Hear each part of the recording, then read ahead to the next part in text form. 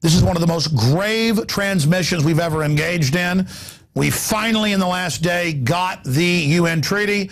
They like to hide it on their own website. It was ferreted out by the newspaper, The Examiner, and we now have it. And we have confirmed it is the treaty. Ladies and gentlemen, we've all been told it, quote, allows self-defense. Yes, by states, governments.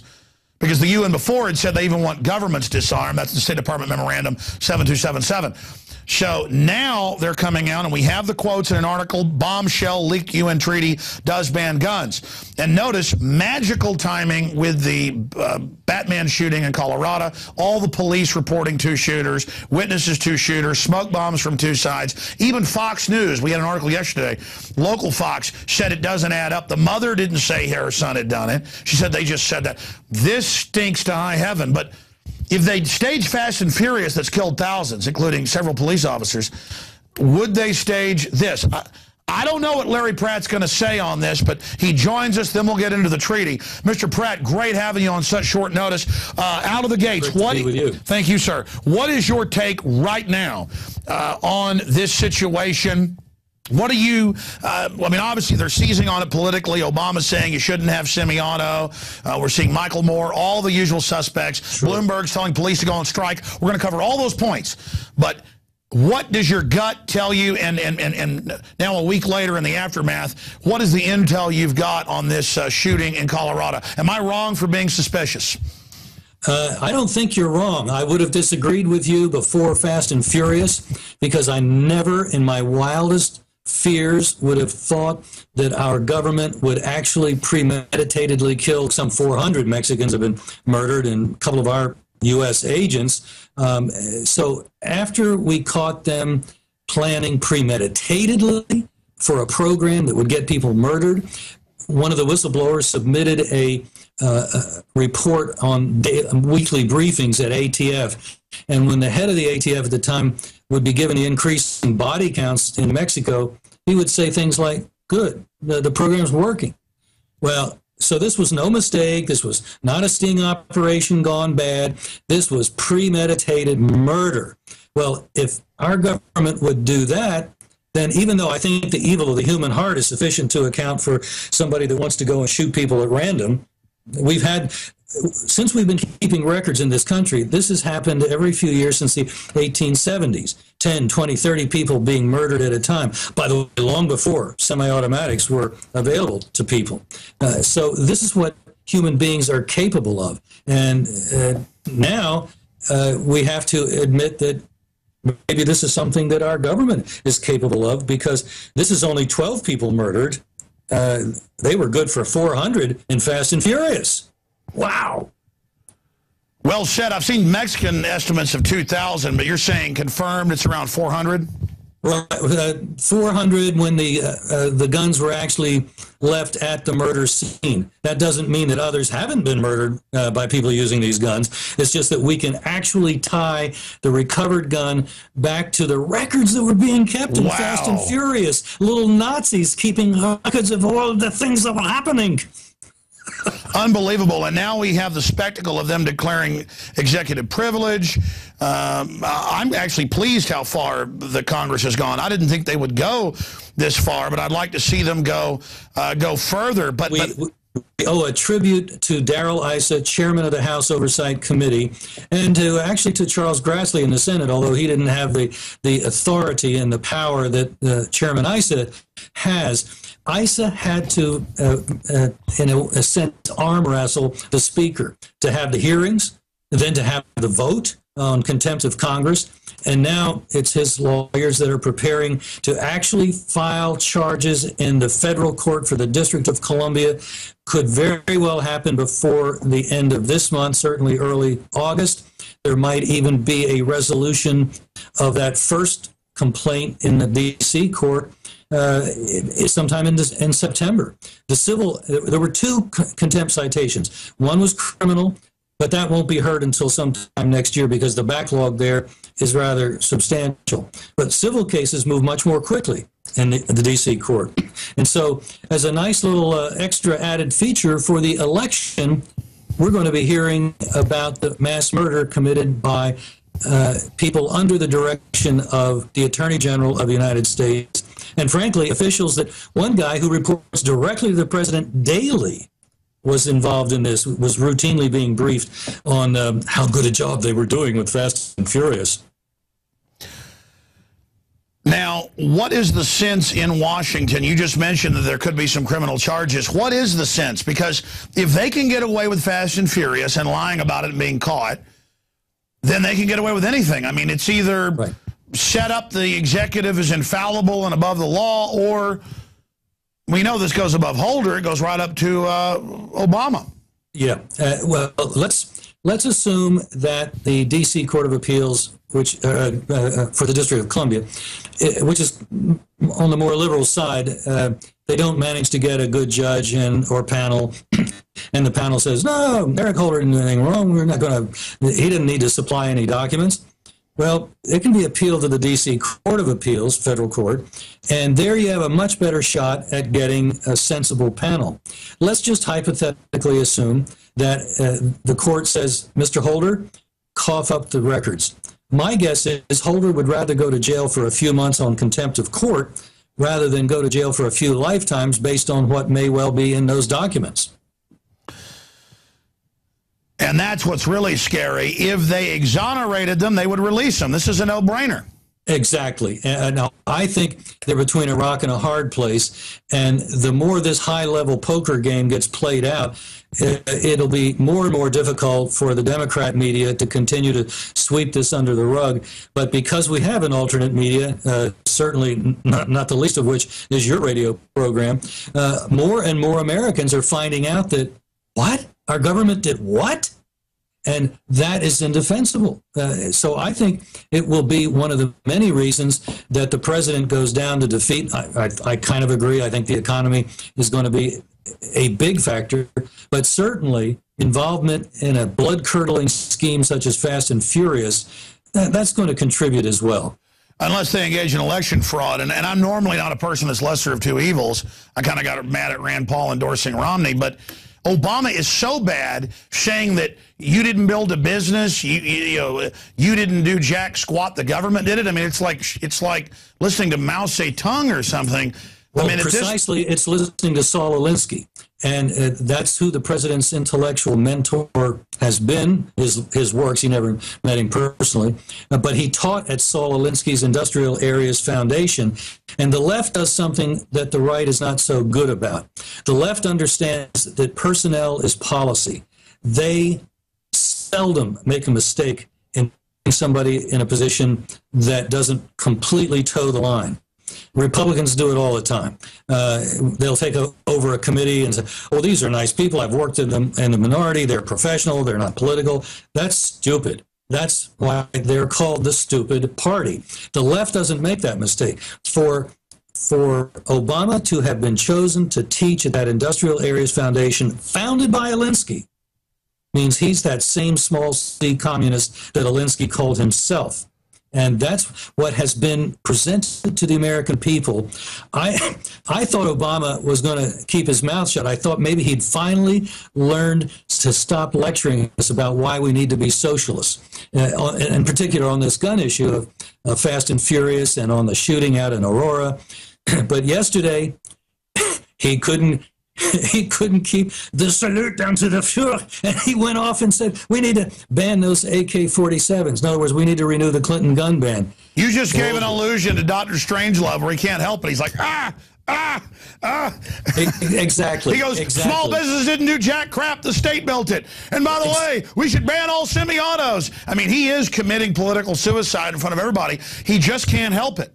No, he cannot help it. I thought maybe he had learned, even somebody as ideologically driven as Nancy Pelosi, in the run-up to the 2010 elections, told Eric Holder, when he reiterated that he wanted a renewal of the semi-auto ban, of the Clinton gun ban, shut up, Mr. Attorney General. Don't talk like that, especially this close to an election. So even a hardcore leftist such as Nancy Pelosi is capable of understanding that, but apparently not the president. He's 24/7 full-time socialism, and I think that's what's going to produce, very likely going to produce, a tidal wave. If the last election was a wave election, this could well be a tsunami. The American people are right of center. And for Obama to just rub our faces in his red diaper is not going to go over. Unless he knows something we don't know. Now expanding on this. Well, let me just, because you had kind of alluded to the possibility of election fraud. Yeah, I think that will go on. But as we saw in Wisconsin, the response was so intense that I think Walker probably won by 14 points. So you've got to win pretty heavily in order to get the 7 by which Walker ended up. Yeah, fraud. And I've talked to all the election fraud experts. You're right, Larry. Historically, the fraud can't beat landslides. Right. Not landslides, and hopefully that's what we're talking about. And the president just went and gave the landslide another little push, another tectonic shift of the plates down below the sea level, the sea floor, so that tsunami gets even worse than it was going to be. By the way, that's a nice chair you're sitting in. You didn't buy that or build that. A government did, and I like that lamp. I guess government built that, and that painting was painted by somebody in the government. I'm glad you brought that up. If there is one organization in the country that can say we are here in spite of the government, it's Gun Owners of America. Come on, Larry. You didn't just appear. Government created you in a tank. Me too. Now let's shift gears to the really grave news. Okay, Congress won't pass their gun grabs. So the ATF last year tried a shotgun ban that could be loaded in the bottom, just executive, tell 4 states to report on guns when it's already being reported by the NICS. They're obviously doing whatever they want. What about the UN treaty? We finally got it, looked at it, it's finally out, and it says, oh, you've all got individual rights unless prescribed by this treaty. I mean, I've got all the quotes here. It says, yes, there are individual rights of states, but not of individuals, unless the state says it's cultural. Now, you notice Obama said in his speech, you can have some guns for culture, but nothing semi-auto. So it looks like they're going to go with that angle. What do you, France is in here with notes in the document saying we're going to use this to totally ban guns. So I mean, here it is. More deception by them saying they don't want our guns, but the UN confiscates guns all over the world. I hope they do go ahead and sign the treaty. It's kind of like the president popping off yesterday about renewing the Clinton gun ban. If they do that, and the language is indeed as you are finding, and which is apparently fairly recently coming to light. I mean, we had heard rumors about various kinds of bans and dealing with the movement of firearms within countries. Here's what I think will happen. The Senate's not, even Harry Reid's Senate is not going to ratify it. But if the president were to be reelected, then he has no political restraint whatsoever on him for the next 4 years. And I can see him telling through the ATF, telling gun stores, you may not sell a handgun above caliber 380, which is a very popular form of gun control in many other countries around the world. You may not sell a semi-automatic rifle that can accept an open box magazine that could conceivably take 30, 40, 50 round magazines. That is the way gun control has worked in a lot of the rest of the world. And if you don't cooperate with us, Mr. Dealer, we're pulling your license, just like that. You're out of business that Well, day. yeah, even Forbes did an analysis and said, well, the way it's, earlier drafts, where the UN says civilian ownership of firearms threatens a legitimate power monopoly of the state. I mean, look at where these people control things. New York, Chicago, guns are banned, basically. D.C. overturned, but still almost impossible. Right. I mean, we know their goal, their quotes. We know what they want worldwide. But this new treaty basically is written in legalese to say you have rights, but then they take them away with the next breath, kind of like the UN Declaration of Human Rights does, Larry. So my point is that why would they be so arrogant as to even try this when they know it's not going to fly here? Well, that was my assumption also. And so when we began to pick up reports, even from somebody willing to talk to us within the UN, who's right on top of what's happening with this whole process, saying, look, there is still a 50-50 chance that this is going to come apart, that there's a lot of dissension among the member governments. It's not a done deal yet, but don't count on it not happening. happening. It still could happen. We were warned. And so my view is it really doesn't matter about the treaty itself. What matters is whether or not the president is reelected. Because if he's reelected, Katie, bar the door. And that was my next question. Joseph Farah 4 years ago did not endorse McCain. Neither did I. And again, I'm a constitutionalist, which is outside left and right. I'm sick of the Republican Party, just being another, globalist tool. Right. But Joseph Farah, who didn't endorse McCain, on my show just last week, he said, look, Alex, I've never talked like this in 30 years writing for conservative media. He said, I've read the tea leaves. They're going to hunt us down if he gets back in. And then I start looking at other issues, and I'm like, maybe I shouldn't have gotten mad at Rand Paul because, what does he know we don't? I mean, Mitt Romney calls the cops on neighbors smoking pot. I mean, he's so goody two-shoes, he's kind of globalist and does bad things, but he's not a Chicago street thug like mafia. Amen. That is precisely the difference. He is not committed to cutting our throat just because we had our eyes resting for a few seconds. The current president is.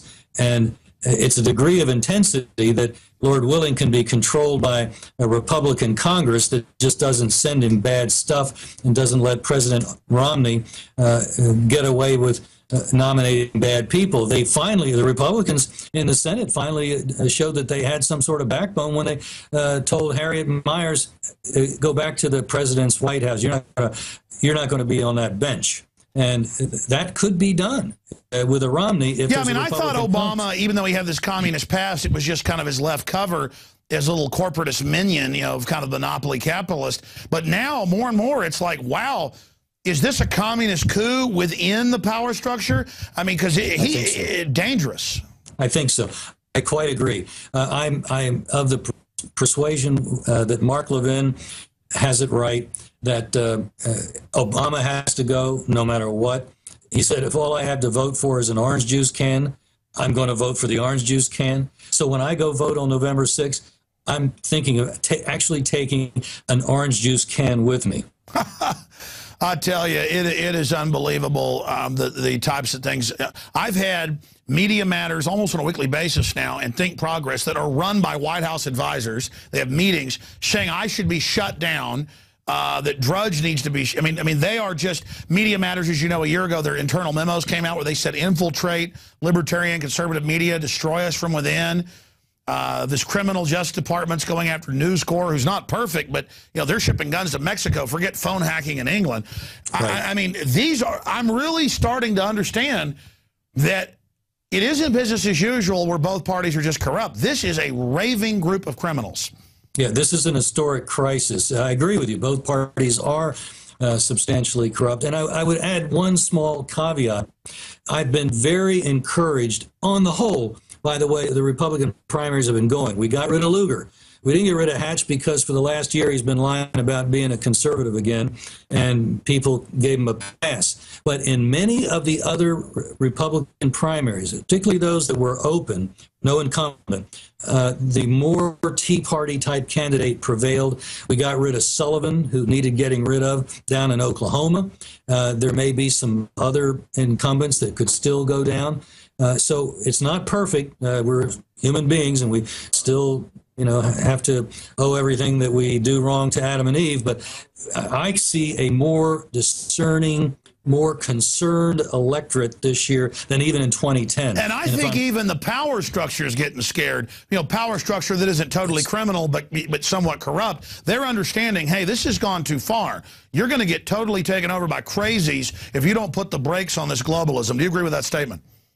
Yes, and I think what could hopefully happen is that a majority of the Republican caucus after this election, because it's not now, becomes conservative dominant.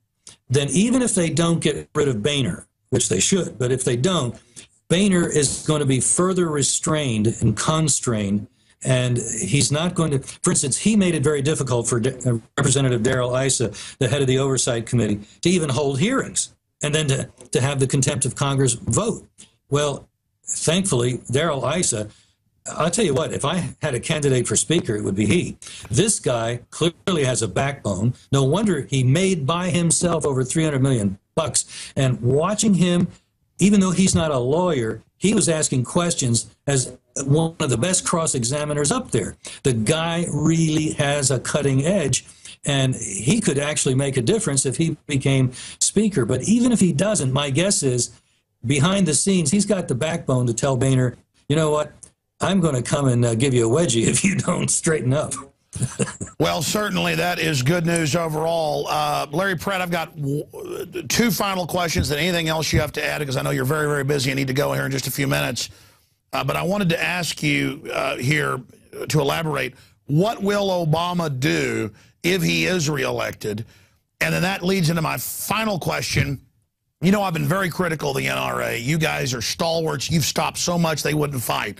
But I've suddenly, in the last year or two, seen the NRA come out and say Obama wants to ban your guns. Come out and I mean, are you guys forcing him to be honest, or what's happening? Because I had NRA board member, former Congressman Bob Barr on yesterday, and he's sounding more and more like Larry Pratt. I mean, are we the people getting more angry, giving them the moral courage? Because I feel like the gun culture is starting to win, and then all this gun grabbing attempt is like a desperate last attempt. Yes, I think that's a very good analysis. I agree with that. When you look at the NRA, look at an entity that for many reasons, many purposes, functions the same way a congressman does.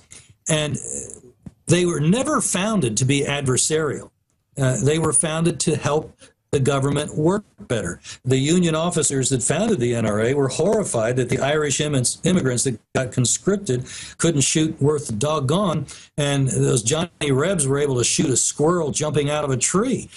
So had it not been for superior numbers and of soldiers they could just keep throwing into the meat grinder, the South really would have prevailed. So the NRA was set up as a handmaiden of the government. We were set up as an adversary to the government.